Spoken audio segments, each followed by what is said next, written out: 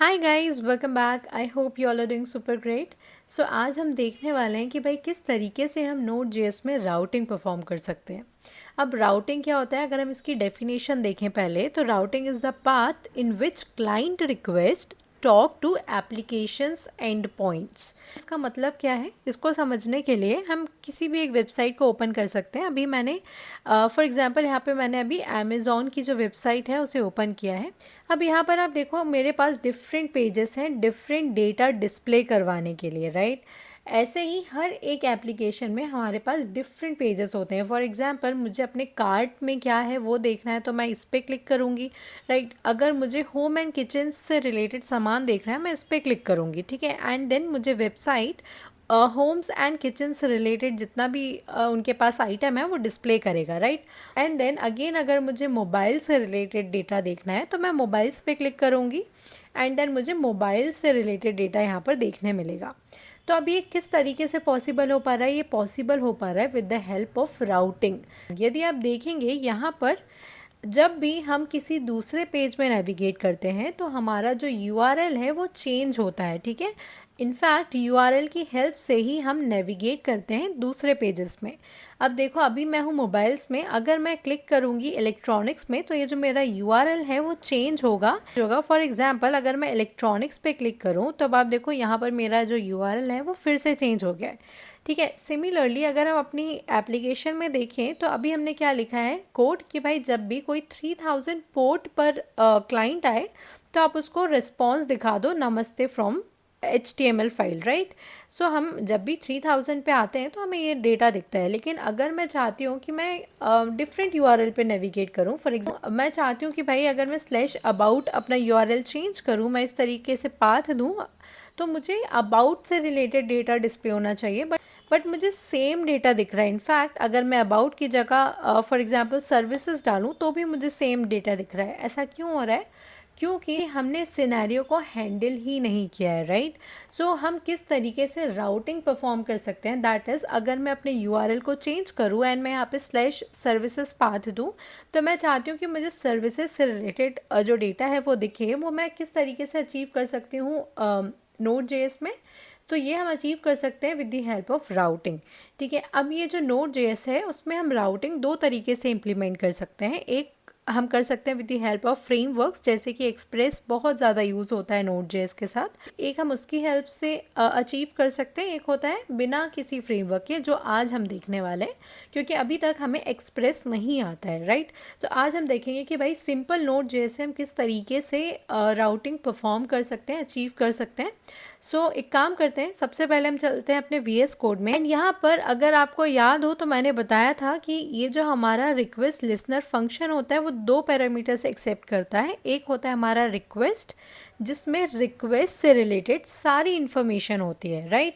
तो अभी क्या हो रहा है, हम यहाँ से रिक्वेस्ट कर रहे हैं एंड ये जो रिक्वेस्ट है, ये जो रिक्वेस्ट ऑब्जेक्ट है वो URL नाम का भी एक प्रॉपर्टी क्या करता है, कंटेन करता है, जिसकी हेल्प से हम राउटिंग परफॉर्म कर सकते हैं, ठीक है। सो फॉर एग्जांपल मैं क्या लिख सकती हूँ, इफ़ रिक्वेस्ट डॉट URL, ठीक है। अब ये रिक्वेस्ट का URL क्या होगा, URL होगा स्लैश सर्विस, राइट। सो हम क्या बोल सकते हैं, अगर request dot URL equals to, अगर स्लैश है, ठीक है, स्लैश सिंगल स्लैश का मतलब होता है होम पेज। बाय डिफ़ॉल्ट जो हमारी एप्लीकेशन है वो लोड होती है सिंगल स्लैश पे। अगर मैं यहाँ पे local host 3000 and single slash भी लगाऊंगी तो भी हमारा क्या होगा, लोकल होस्ट 3000 ही डिस्प्ले होगा, यहाँ पे स्लैश डिस्प्ले नहीं होगा, क्योंकि बाय डिफ़ॉल्ट हमेशा ही जो होम पेज होता है, बाय डिफ़ॉल्ट जो पेज होता है उसी पे नेविगेट करवाता है।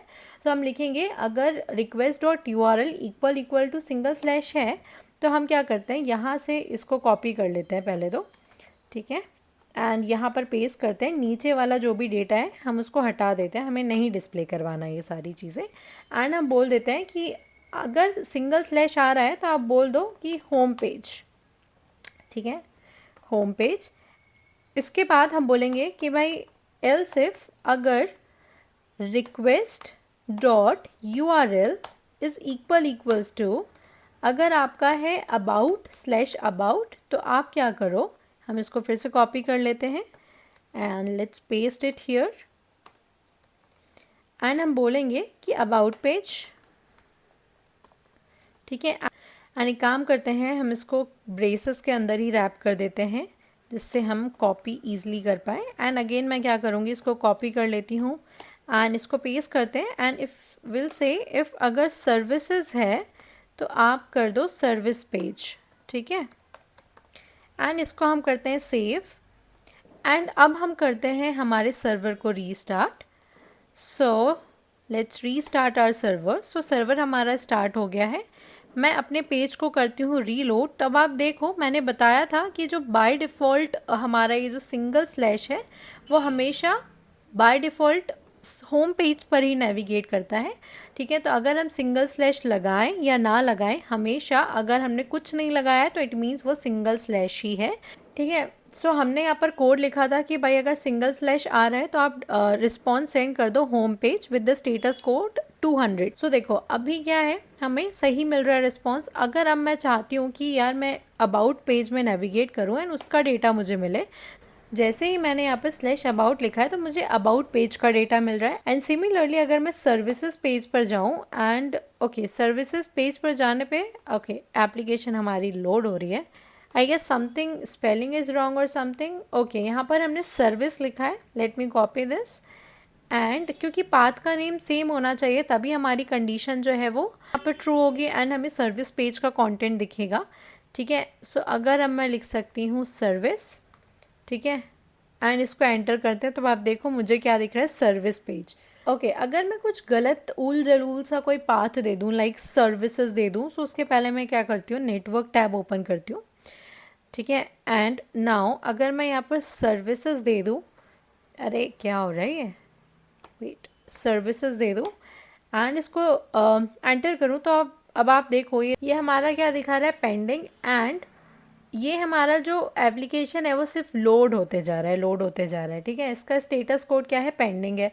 तो अब इसको भी हमें हैंडल करना पड़ेगा, राइट। नहीं तो क्या होगा, जो हमारा यूज़र है जो एप्लीकेशन यूज़ कर रहा है उसने गलती से अगर कोई रॉन्ग पाथ दे दिया, ठीक है, या किसी रॉन्ग पाथ में नेविगेट करने की कोशिश किया तो क्या होगा, हमारी एप्लीकेशन सिर्फ लोड होती जाएगी एंड उसे कुछ आउटपुट नहीं दिखेगा, ना ही एरर दिखेगी, ना ही रिस्पॉन्स दिखेगा। सो इन दैट केस भी हमें क्या करना होता है, हैंडल करना होता है हमारा सिनेरियो। तो हम क्या करेंगे, यहाँ पे सिंपली एक एल्स कंडीशन डाल देंगे कि भाई हमारे पास सिर्फ इतने ही पेजेस हैं, यदि इन पेजेस के अलावा यूज़र किसी और यूआरएल में नेविगेट करने की कोशिश करेगा तो आप उसको डिस्प्ले कर दो नॉट फाउंड, ठीक है, नॉट फाउंड। एंड इसको हम करते हैं सेव एंड हम करते हैं रीस्टार्ट हमारे सर्वर को।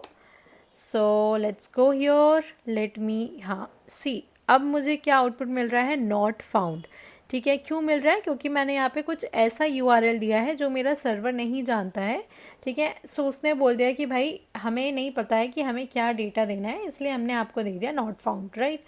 अब अगर इसका आप नेटवर्क टैब देखेंगे, ठीक है, तो अभी क्या है, not found and status code क्या है, 200। अच्छा लेकिन आपको पता है कि जो नॉट फाउंड है वो एक सक्सेस एपीआई तो नहीं है। नॉट फाउंड का हमारा कोड क्या होता है, 404 होता है, राइट। एंड हमें यहाँ पर एक ग्रीन कलर से दिखा रहा है, दैट इज़ हमें क्या दिख रहा है कि सक्सेस हो गई हमारी एपीआई। दैट इज़ रॉन्ग, इसलिए हमें सही स्टेटस कोड पता होना चाहिए कि भाई अगर यूज़र ने कुछ गलत यूआरएल दिया है तो हम 200 स्टेटस कोड नहीं डालेंगे, हम डालेंगे 404। उसने कुछ बेड रिक्वेस्ट किया है तो 400, या ऑथराइज्ड नहीं है यूज़र तो 401, राइट। तो हमें ये सारे स्टेटस कोड के बारे में आइडिया होना चाहिए। सो अगर अब मैं फिर से स्टार्ट करती हूँ server and if we go back here and just reload the application and will go here, तब अभी आप देखो हमारी जो एपीआई है उसमें दिखा रहा है red colour with 404 which indicates that it is an error. अगर आप कंसोल में जाएंगे तब आप देखो यहाँ पर भी हमें दिखा रहा है कि ये जो एपीआई आप यूज़ कर रहे थे वो क्या है, फेल हो रही है विद द स्टेटस कोड 404, ठीक है। सो इस तरीके से हम राउटिंग एंड एचटीटीपी रिक्वेस्ट को हैंडल कर सकते हैं अपने सर्वर के थ्रू अपने नोड.जेएस में। एंड ये काफ़ी ज़्यादा सिंपल होता है एंड आई रियली होप आप लोगों को ये समझ आया होगा। So I guess that is all for this video guys. मिलते हैं नेक्स्ट वीडियो में, बट बिफोर लिविंग यदि आप इस चैनल पर नए हैं तो please subscribe to my channel. Also यदि आप इस चैनल से थोड़ा भी कुछ सीख रहे हैं तो please like the video and also comment your genuine feedback. Thank you guys for watching.